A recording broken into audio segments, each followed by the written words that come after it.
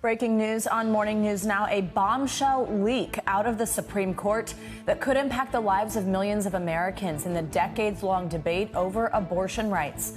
A draft opinion obtained by Politico suggests that the Supreme Court will vote to strike down Roe v. Wade. In the draft ruling reported by Politico again last night, Justice Samuel Alito writes Roe was egregiously wrong from the start. Its reasoning was exceptionally weak, and the decision has had damaging consequences. The court has 5 justices that are essentially aligned with this opinion that he's written, which is, just a withering takedown of the Roe v. Wade precedent. It pulls no punches at all. That there was the reporter from Politico who broke the story. Now, NBC News has not confirmed the draft, and the court tells us it has no comment at this time. But already a mix of outrage and celebration across the nation, including in Washington, where supporters and opponents of abortion rights gathered outside the Supreme Court. I absolutely have to be out here because this is something that affects me so personally and hurts so much to know that might be ripped away from me. The unborn are human, and we've been killing them en masse to the tune of millions. And so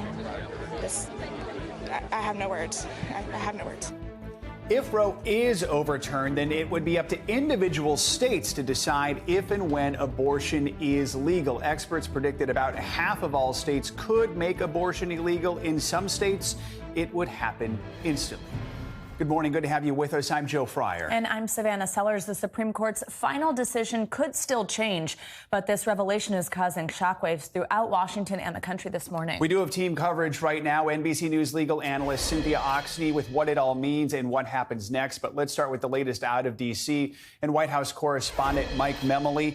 Mike, good to have you with us. So first of all, let's just talk about this leak. It's coming at a time when Democrats control the House, the Senate, the White House. Do we know how the president, how politicians are responding to this?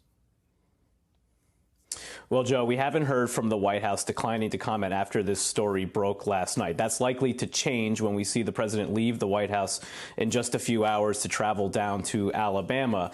It is just significant to look at what the president has said recently, though, about this issue. He has said women's reproductive health is under assault in this country. In the State of the Union address, he called for Congress to enact the protections of Roe versus Wade, the protections on abortion rights, into federal law. That's led to some prominent Democratic officials, including Bernie Sanders and Elizabeth Warren, to call for this moment to do just that. It would require changing the Senate filibuster's rule, lowering the voting threshold to 50. Obviously, we wouldn't expect any Republicans to support this.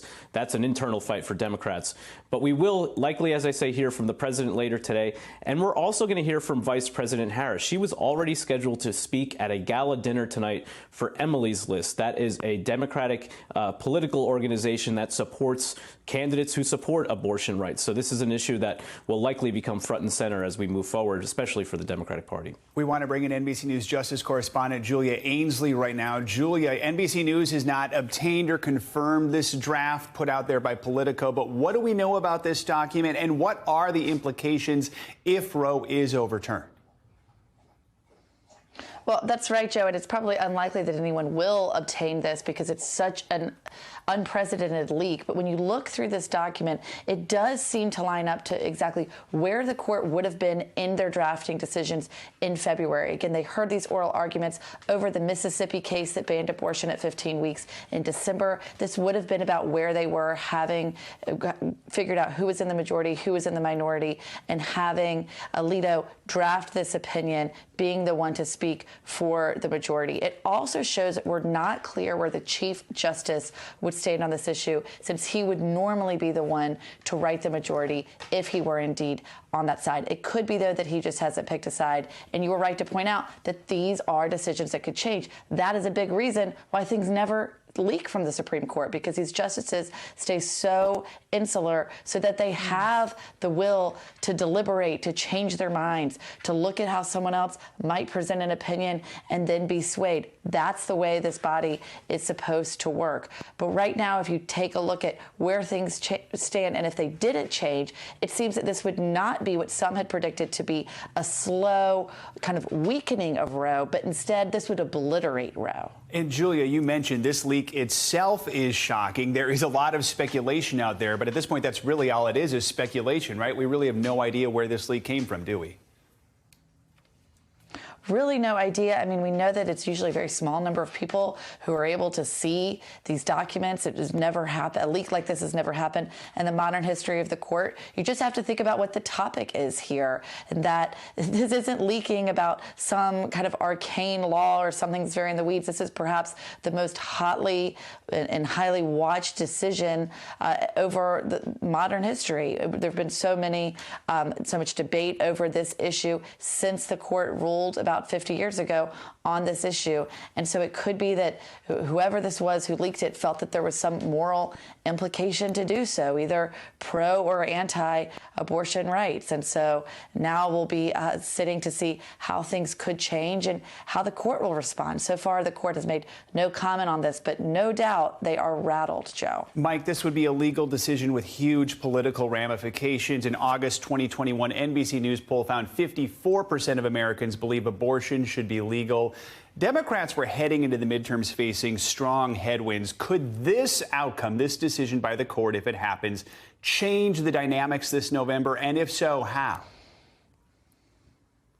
Well, Joe, I've actually been talking to Democratic officials very close to this White House, and they've been telling me for months, frankly, that, yes, we're looking at the poll numbers for the president, for his party, and sensing that this is going to be a midterm that follows tradition. In other words, that Democrats were going to face a shellacking, likely a strong wave against them. But they said, look, wait for the Supreme Court ruling, because this has the possibility of really upsetting the entire political dynamic. And that's what we're already beginning to see. Swing district Democrats already posting messages to Twitter. Alyssa Slotkin, for instance, she's going to face a tough race in her Michigan district. Michigan is one of those states which would immediately, the previous law, which would outright ban abortion, would go into effect. We saw in the past elections, for instance, in the governor's race in Virginia last fall, the Democratic candidate, Terry McAuliffe, had warned that the Republican candidate, Glenn Youngkin, would sign into law a ban on abortion. That's likely to now be a message. It didn't work for McAuliffe last year because it was lower in terms of economic issues, other issues, but this now raises it, puts it high profile at the top of the list, and Democrats really sensing that they might have an opportunity here. Republicans, though, we've seen in the past, Republican-based voters also strongly motivated by the issue of abortion, and so we could see both sides even more motivated to get to the polls, and this is always, in the midterms, an election about turnout. Julia Ainsley and Mike Memley, thanks for beginning our coverage this hour. Appreciate it. Let's continue with former federal prosecutor and NBC News legal analyst Cynthia Oxney. Cynthia, thanks for being with us. So let's just step back a moment. What's before the Supreme Court, it's called Dobbs versus Jackson Women's Health. This was out of Mississippi. And what was in question there was this ban on abortion in that state at 15 weeks. So now what we have here is this leaked majority opinion reportedly written by Justice Samuel Alito. It also suggests at least 5 justices side with Mississippi here. Walk us through, though, the legal argument that Justice Alito is making as it relates to Roe v. Wade. Well, first recognize that while the leak is surprising, the opinion is not as surprising because the court took the Dobbs case when it didn't really need to, and because there was no split in the circuits about Roe at the time. So the fact that this opinion is coming the opinion itself is not that shocking. What Justice Alito is saying is abortion is not in the Constitution, and it's not enough of a settled right implicit in the concept of ordered liberty that it should be applied to the states. And since it's not in the Constitution, there is no constitutional right to abortion. And that is going to have, earth-shattering consequences for women across the country, because it means that in these states where they've said abortion is going to be absolutely illegal, that you can be criminally prosecuted for getting an abortion. if Roe v. Wade is overturned. That's going to be true in about 12 states right away, and probably in about 25. Yeah, so Cynthia, what you're kind of talking about here are these trigger laws. So essentially, again, a reminder that overturning Roe v. Wade doesn't automatically mean that the Supreme Court decides that abortion is illegal, but it allows states to make that decision. And these trigger bans are essentially these laws that are idling, ready to go should this happen with the Supreme Court. So what would happen in those states, and how quickly would we see that happen? Well, let's say a trigger law in Texas says you can't have an abortion, totally illegal. What that means is if you are a young woman in South Texas, you have to drive 1,500 miles or 2,000 miles to someplace in California if you want to make a decision about how to control your own body. Or, let's just say there are no exceptions, for example, that the Supreme Court says have to be protected for rape or incest. So if you're a rape victim in one of these states where it's illegal to get an abortion, you have to have enough money to drive or fly to some other state that has a different view. And ultimately what it means is that poor people and middle-class people are going to be deprived of their rights to control their bodies, and rich people will zip around and do whatever they want.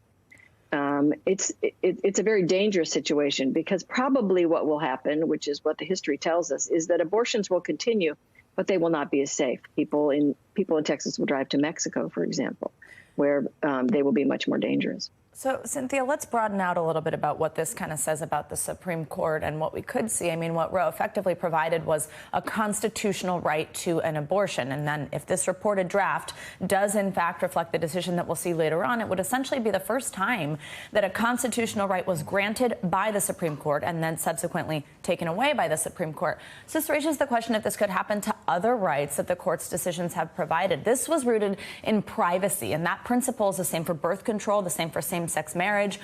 Now, in this alleged draft, Justice Alito did write that this should not cast doubt on precedents that do not concern abortion. He did specifically call that out. But what do you think on that? I don't think so. I think it threatens all those rights, because the basic framework really since Brown v. Board of Education has been that the 14th Amendment, that certain rights were fundamental and applied to the states. And what he's saying is, no, maybe not. And that does put contraception and the right to marry who you wish, and same-sex couples, all of these privacy issues, it puts it all in threat. And while he says, oh, it doesn't really have anything to do with it to try to make it more politically palatable, who are we kidding? They've been saying for a long time that Roe wasn't going to be overturned because it was settled law. So I think it puts everything in question. That's why it's such an earth-shattering opinion. And we need to, while it's fascinating to focus on the leak, we need to remember the earth-shattering nature of the opinion and the effect on everyday, ordinary women's and other people's lives is the crux of this story. That's the biggest problem that we need to stay focused on. And Cynthia, quickly before I let you go, this is just a draft. If it is in fact that from the Supreme Court, this decision isn't expected for another month or two. Any chance this changes? Well, I mean, it could change, but it's not going to change much. I mean, there's little pieces of, for instance, Justice Amy Coney Barrett is very interested in the fact that if you can have a baby and just drop it at a fire station, which I just think is an outrageous concept, but so we don't need abortion anymore because you have safe houses. There's comments like that in the opinion. Those things may change. There may be a way to try to bring Justice Roberts in. But the heart and soul of this, if it's really true, and it looks like it is that there are 5 votes to overturn Roe v. Wade, and they have every intention of doing it. Cynthia Oxney, thank you so much for your analysis and expertise this morning in our coverage. We'll continue in a few minutes more on this possible overturning of Roe v. Wade just ahead. Let's focus on the war in Ukraine now, where today there could be a new attempt to evacuate more civilians from that blockaded steel plant in Mariupol. Russia resumed shelling the steelworks after more than 100 people were evacuated on Sunday, part of that rescue operation spearheaded by the UN and the Red Cross.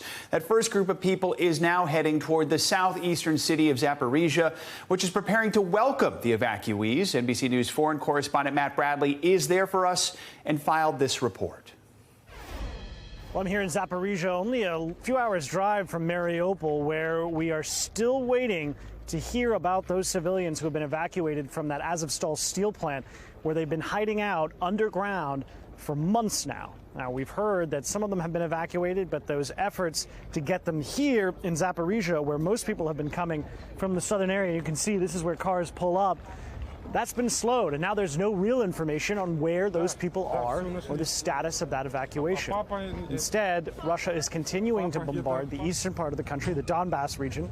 They've hit Odessa and other places in the east as they seem to be planning to extend their occupation and control, maybe even considering annexing some of that Donbass region.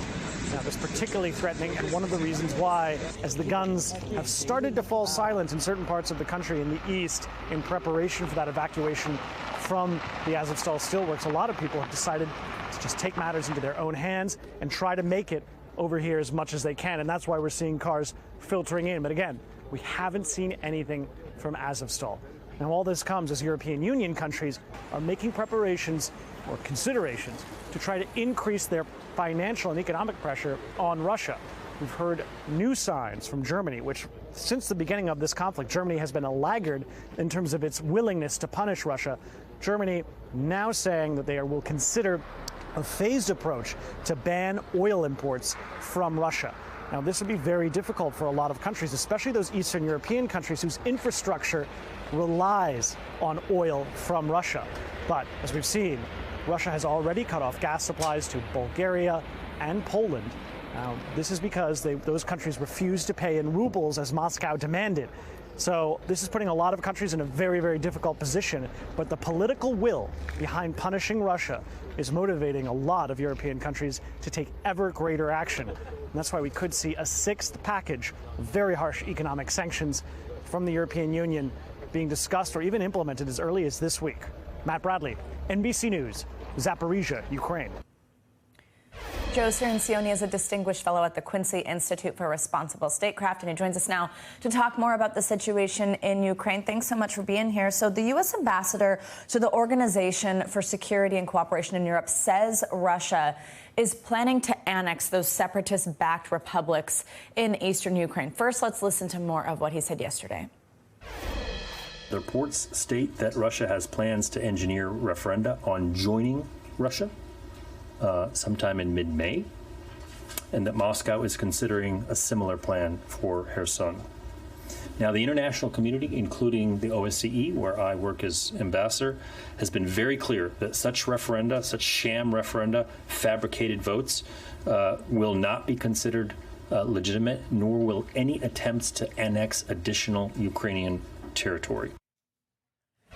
So, Joe, this has somewhat been the operating theory, but what do you make of those comments? And then tell us, how straightforward would it be for Russia to annex those areas? What exactly does that mean? And is there anything the West could do about it? Russia is trying to put a democratic veneer over its invasion and occupation. This would be unprecedented, having a referendum in a disputed territory. Unlike Crimea, for example, 2014, 2015, Russia still doesn't control these regions yet. They're still contested. Ukrainian forces are still resisting the somewhat stalled Russian advance. So they're trying to pretend that this is what the people of these regions want, that they want to be part of Russia, that they don't want to be part of Ukraine anymore. I expect the referendum to go through. I expect the results, as the ambassador said, to be a sham, to be fraudulent, but it'll give Vladimir Putin a positive talking point for his May 9th victory parade in Moscow. Joe, we also understand the European Union is preparing sanctions on Russian oil, even potentially placing an embargo on Russian oil sales. Given how reliant Europe is on Russian energy, could something like this really happen? How significant would that be, and what would the implications be? It is happening, and it is extremely significant. It shows how resolute Europe is to resisting this Russian invasion. Right now, the European Union is reliant on Russian oil for about 35% of all the oil it uses. That's why some of the big states like Germany were resistant to this, but they've come along to this idea. They have a draft agreement. They're just working out some exemptions for some heavily oil-dependent countries like Hungary and Slovakia. But Germany Germany itself has already reduced its dependence on Russian oil down to 12% just in the last 2 months. So, yes, this will join their embargo on coal. This will probably happen this week or next. And the only one left is natural gas, which is much tougher for Europe to cut off altogether. Joe Cirancione, we always appreciate you joining us. Thanks for your time. There are new developments this morning in the House Committee's investigation into the January 6th attack on the Capitol. The panel has requested interviews from 3 Republican members of Congress who may have information related to the events leading up to the riot. Those requests come as a federal judge rejects a separate effort from the Republican National Committee. The RNC wants to block the House panel from obtaining email and fundraising documents. NBC News reporter Julie Sirkin joins us now with more on this. Julie, good morning. So first of all, which members of Congress does the panel want to talk with now, and what does the committee hope to learn from them? Yeah, Joe, good morning. The committee sent these 3 letters yesterday to Mo Brooks, Andy Biggs, and Ronnie Jackson. Now, all 3 are interesting because they're currently serving in the House of Representatives. Some of them the committee has requested to speak to before, but all 3 already rejected the committee's request to speak with them next week. So that begs the question, will the committee move forward to subpoena them? Now, Mo Brooks, he's currently running for Alabama Senate. He's that candidate that President Trump endorsed and then unendorsed. The committee said they want to speak with him because he spoke at the rally ahead of January 6th and potentially had some communication with President Trump, as has been publicly detailed, when he said that President Trump asked him to rescind the 2020 election and overturn Joe Biden's victory. Now, Andy Biggs potentially had some communication with Mark Meadows, the former chief of staff. The committee knows this because of the investigation that they've been leading over the last year or so. Ronnie Jackson, though, perhaps the most interesting of the bunch. He's the former president's physician at the White House before he ran for Congress. He apparently has communications with the Oath Keepers and the Proud Boys, and they wanted to keep his security because they said, quote, he had critical data to protect. Now, we'll see what happens here, and the committee potentially has more letters to send this week. Julie, I want to ask you about that other headline, the federal judge's decision allowing the House committee access to certain emails and fundraising data from the RNC. Why has the RNC been fighting to keep those documents out of the panel's hands, and what might the committee find inside of them?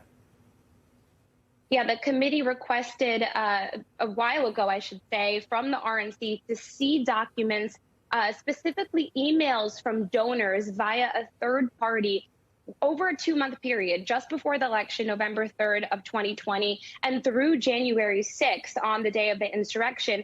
And this could potentially have some critical information when the RNC tried to fundraise off of the former president's claims that the election was stolen. The RNC sought to keep these records private and concealed from the January 6th Select Committee. But interestingly enough, a Trump-appointed judge said that the committee has full jurisdiction to receive these documents. They did give the RNC until Wednesday to appeal the decision. And of course, we know the RNC will certainly do that. But another win for the panel here, who's been having a tough time over the last year getting these records that they want and getting the communications that they've requested. Julie Sirkin. Julie, thanks for your reporting. Appreciate it. Time to get a check on your morning news now. Weather with Michelle Grossman, who's in studio with us. My first time in studio with you. I know. I'm so excited to see you. Happy to see you too. So happy to see you too, Joe. Again, yes. Again, all the time. You know. We're old chums now. Exactly. We are watching some severe weather once again today. We've been watching it really since yesterday. You can clearly see where this cold front is, stretching from the Great Lakes all the way to parts of Texas. Even some lightning on the trailing end of this cold front. This is all going to move off to the east, and we're going to see the potential for severe weather once again, stretching from Louisville to Cincinnati, Columbus, even into the western part of Pennsylvania. So Pittsburgh, you're included there. The good news is, unlike last night and this morning, we're looking at a less chance for strong tornadoes. Just a few tornadoes are possible. Otherwise, the biggest threats, winds gusting to 60 miles per hour and also some small hail. As we go towards tomorrow, notice that this bullseye goes back to the plains, and we're looking at enhanced risk. That's where you're seeing the orange there. So once again, 5 million at risk, kind of over the same areas that saw that severe weather Friday night, also last night into this morning. We could see some really large hail, damaging hail, up to 2 inches. Some tornadoes, some could be strong, so we're certainly going to watch that on Wednesday. And then winds gusting over 60 miles per hour. Could see isolated wind gusts up to 70 miles per hour. Big concern is the rainfall, too. We had some flooding conditions this morning, some flash floodings with the rivers, the streams, the creeks, and we're going to watch that overnight once again. So where you see the orange, the red, that's where we're looking at the most rainfall, up to 3 inches in some spots right around Tulsa. And once again, we are in that time of season where it's such a dividing line between the battle of seasons here. So warm in the mid-Atlantic, 11 degrees above what is typical for this time of year. In Charlotte, 87 degrees. Doesn't that sound nice, guys? Yeah. Back to the west, we're looking at some really chilly conditions, though.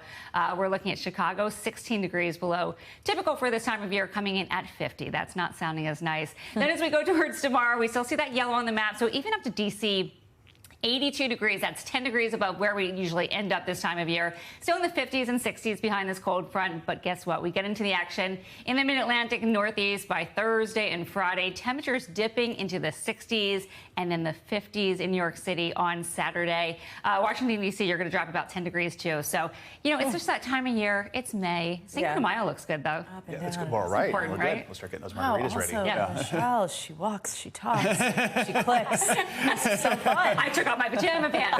It's like so many things I had to do today. We talked about pointing last week. She gets to point again. It's super exciting. That's why I wore the fancy wings. Yeah, there you go. Yeah. That was fun, though, when you ended up over here. I love it. All right. Good to see you. Good to see you. Thank you so much.